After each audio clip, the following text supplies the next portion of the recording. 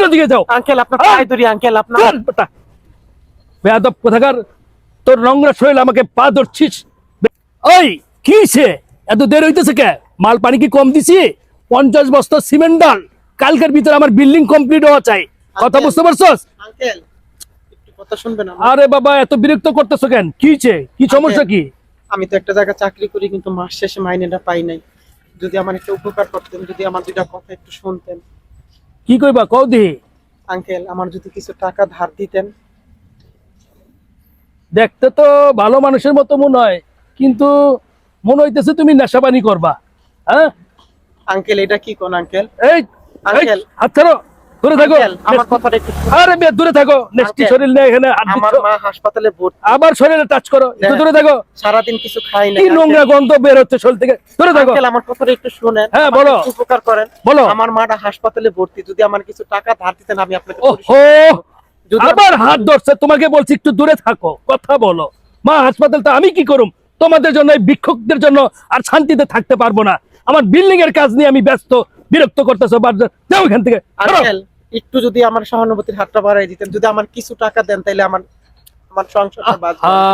বারবার বলতেছি আমার বিল্ডিং এর কাজ নিয়ে আমি ব্যস্ত, তোমাকে সহযোগিতা করার মতো সময় আমার নাই। তুমি অন্যদিকে যাও। আঙ্কেল আপনার পায়ে ধরি আঙ্কেল আপনার। বেয়াদব কোথাকার, তোর নোংরা শরীর আমাকে পা ধরছিস। বেঈমান কোথাকার, যাও এখান থেকে, তুমি সরে যাও। কি হইছে? আমি অনেকক্ষণ ধরে লক্ষ্য করতেছি কি আর হবে আপু? আপনি তাকে অনেক অত্যাচার করতেছেন এবং অনেক জুলুম করে কথা বলতেছেন, এটা তো অধিকার নেই। আশ্চর্য, আমি কি অত্যাচার করতেছি?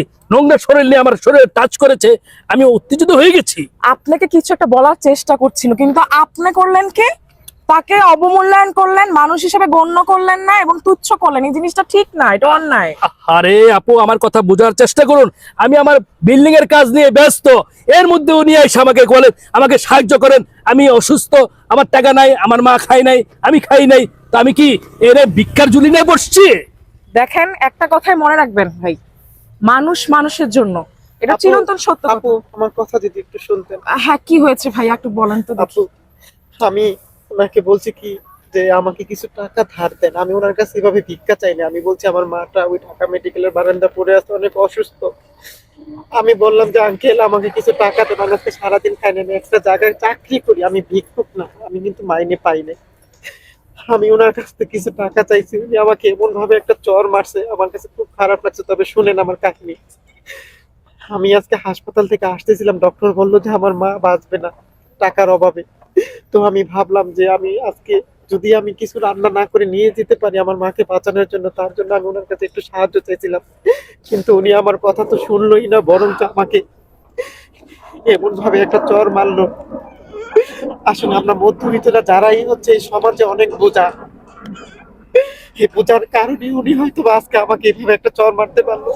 আসলে আমাদের মধ্যবিত্তদের আসলে এই সমাজে বেঁচে থাকার কোনো অধিকার নেই।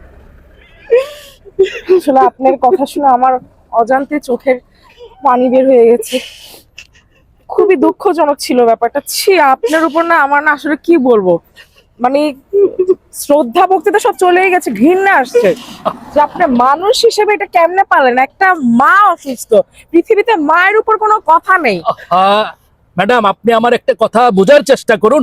ওনাকে আমি চিনি না, জানি না, ওনাকে কিভাবে আমি সাহায্য করব আপনি শোনেন, বলেন। বিপদ কিন্তু আল্লাহর তরফ থেকে, সৃষ্টিকর্তার তরফ, ঈশ্বরের তরফ থেকে আসে, পরীক্ষা করে আল্লাহ। আজকে তার এরকম অবস্থা হচ্ছে, কালকে আপনারও তো এরকম হইতে পারতো। কি বলেন আপনি? সুন্দরভাবে কথা বলেন। আমার হতে পারতো মানে কি বলেন আপনি? একটা কথা মনে রাখুন, অহংকার কিন্তু পতনের মূল, এটা সবসময় মাথায় রাখবেন। আপু আমি ওনার পায়ে পর্যন্ত বলছি, থাক ভাইয়া। আমাকে কিছু এই তুমি হাত ছাড়ো, হাত ছাড়ো। তাও ওনার মন দেখেন গলে ভাইয়া, না, আপু। আমি একটা স্টুডেন্ট মানুষ, পাশাপাশি টিউশনই করি, কিন্তু আমার জায়গা থেকে আমার যতটুকু দরকার চেষ্টা করেছি। আমার যদি আজকে আল্লাহ সামর্থ্য দিত আমি এর চেয়ে আরো বেশি করতাম। আজকে আমার পক্ষ থেকে সামান্য কিছু আমি করেছি। এরকম যারা আরো ভালো মানুষ আছে, মানুষের জন্য মানুষ উপকার করে, তাদের থেকে খুঁজে নেন, ইনশাল্লাহ উপরাল্লাহ একটা ফয়সালা করবে আপনার আপু জন্য। এই টাকাটা হয়তো বা অনেকের কাছে একটা চা খাওয়ার টাকা, কিন্তু আমার কাছে জানেন এই টাকাটা হলে আমি আমার মায়ের জীবনটা বাঁচাতে পারবো। তো আপু আজকে আপনি আমার মায়ের পেটের বোনের মতো যে কাজটা আপনি করলেন, আমি ভাবছিলাম যে উনি আমার বাবার মতো দেখতে, এই জন্য ওনার কাছে আমি ভিক্ষা চাইনি, ওনার কাছে আমি মন- অধিকার চাইছিলাম। সেই অধিকার থেকে বঞ্চিত উনি করছে, কিন্তু আপনি আমাকে সেই অধিকার থেকে বঞ্চিত করেন। এই জন্য আল্লাহ আপনার ভালো রাখবো। আর এই টাকাটা আমি আপনাকে শরীরের রক্তে ঘামে পরিশ্রম করে আমি আপনার টাকাটা না শোধ না করে ছি দিব। ভাইয়া, কি বলেন? আমার কি ভাই থাকলে, আমার কি ভাই বোন থাকলে আত্মীয় স্বজন থাকলে চেষ্টা করতাম না?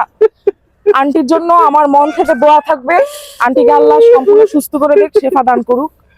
আর আপনি টেনশন করেন না, আপনি এখন সহি সালামতে যাওয়ার চেষ্টা করেন। আর বাকি আরো কিছু মানুষ আছে, কিছু সমাজ কল্যাণ আছে, তাদের সাথে যোগাযোগ করুন, দেখবেন যে সব ঠিক হয়ে গেছে। ই আল্লাহ, এই পৃথিবীতে একটা ভালো মানুষ তুমি রাখছো। এই আপুটা যেভাবে আজকে আমাকে দান করলো, ওই টাকাটা নিতে আর চাইলো না। আপনাদের মতো লোকেরা বুঝছেন, পরিবেশ পরিস্থিতি সমাজ সবকিছুর জন্য আপনারা দূষিত। আপনারা এই জগতেও ভালো থাকবেন না দিন শেষে, আর পরলোক গমন করলে পরকালেও ভালো থাকবেন না, মনে রাখবেন। কি কয়ে গেল, কি কয়ে গেল কথাটা? না, কাজটা কি আমার অন্যায় হয়েছে নাকি? না, মাথায় আমার কিচ্ছু ধরে না। জায়গা মাথা গরম।